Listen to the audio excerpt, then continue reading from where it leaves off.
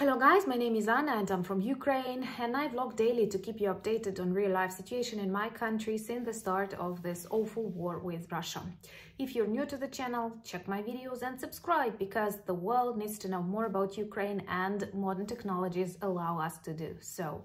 And in my today's video, I want to speak about modern technologies and their role in this war. Of course, there are many technologies and perhaps one vlog is not enough to enumerate pros and cons of their usage during any war, but today I will focus on Google Maps, images that were updated, and now people from different corners of the world are able to witness Russian crimes and actually to understand those who doubt that Russia is a true terrorist state. But first of all, let me give a small introduction. I am a person who supports modern technologies because I believe we cannot oppose them. They are everywhere, and the best way is to try to use them smartly, wisely, without any harm to our mental health. But they are here for us, just like social media, and I am very grateful, for example, to YouTube because it connected me with you. And I honestly consider many of you my true friends, and I'm super grateful for the support that you demonstrate and the interest that you have to my country, my culture, my language. I'm really honored and filled with that gratitude. But at the same time, we have armies of drones, something I did not believe is possible before this war began. For me, drones was about traveling, about filming some funny videos, festivals, but not war. Today, the first association that I have with a drone is actually whether these are ours or the enemies. And the same is about Google Maps. This is a technology that we know and actively use for ages. I remember when I first checked it, I was fascinated with the satellite view. How can you travel the streets of cities on the other side of the world, and so on and so forth. But since the start of the Russian war back in 2014, they were also used as a tool to monitor Russian crimes and destructions they cause on the territory of Ukraine. One thing that we have to remember is that it takes much time for them to update. And I don't know what is the period, but sometimes it can take a year for new photos to appear. And recently, new photos of many Ukrainian cities that were temporarily occupied by Russians or are still occupied by Russians were updated, and we can actually see what orcs did in that once beautiful cities, how they destroyed them and how they destroyed hospitals, schools, cultural objects, and so on. Below this video, with the help of our designer Andrei, who is the author of the beautiful t-shirts and cups that you can find in our shop, he helped me make the selection of these locations, and if you use these links you can directly get the satellite view of the Mariupol Drama Theater.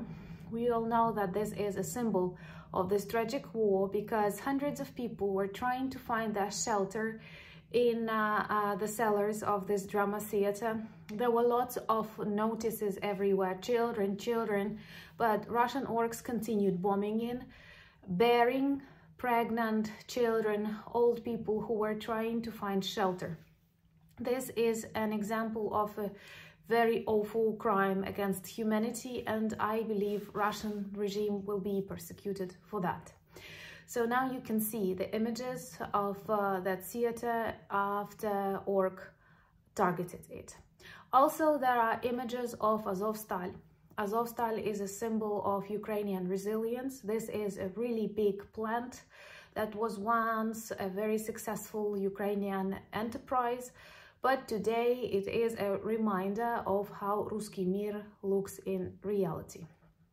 Also, there is the third link that will take you to the satellite views of Hostomel, which is a small town close to the capital of Ukraine, Kyiv. It was actively shelled and destroyed by Russian soldiers at the beginning of this war because they planned to use Hostomel as a platform for the further movement on Kyiv and surrounding of Kyiv, but everything went not the way they planned. It is also important that Google Maps already helped us a couple of times at the beginning of this war back in 2015, when Russians claimed there are no their soldiers in Ukraine on Donbass, but satellite images demonstrated clearly that many of Ukrainian Donbass territories were shelled from the territory of Russia, from Russian tanks, and you cannot hide the evidence that was fixed with the usage of this modern technologies.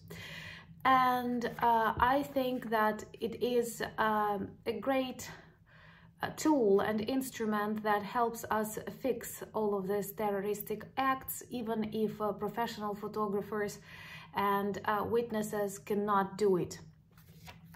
And in future, I hope this, be it in Hague, be it a hybrid court, but it all will be taken as evidence. But most importantly, the satellite views from Google Maps can be accessed from any country, any computer in the world, and those who are interested how war really looks, those who doubt what Russian soldiers were doing here, can actually see how it all looks. And for me, this is another proof that Russia is a terrorist state, that Ruski Mir looks extremely ugly. It is all about death, about destruction, and honestly, many people who experienced it for a day or two are ready to fight to death, not to allow it move further to the territories of Ukraine, to the heart of Ukraine, because like no one normal, no one sane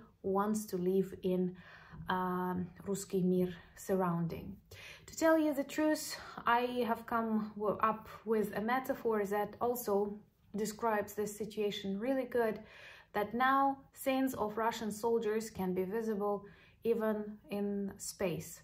And that's why maybe aliens decided to visit Kyiv, just to express their sympathy for such a neighborhood that we have with Russia.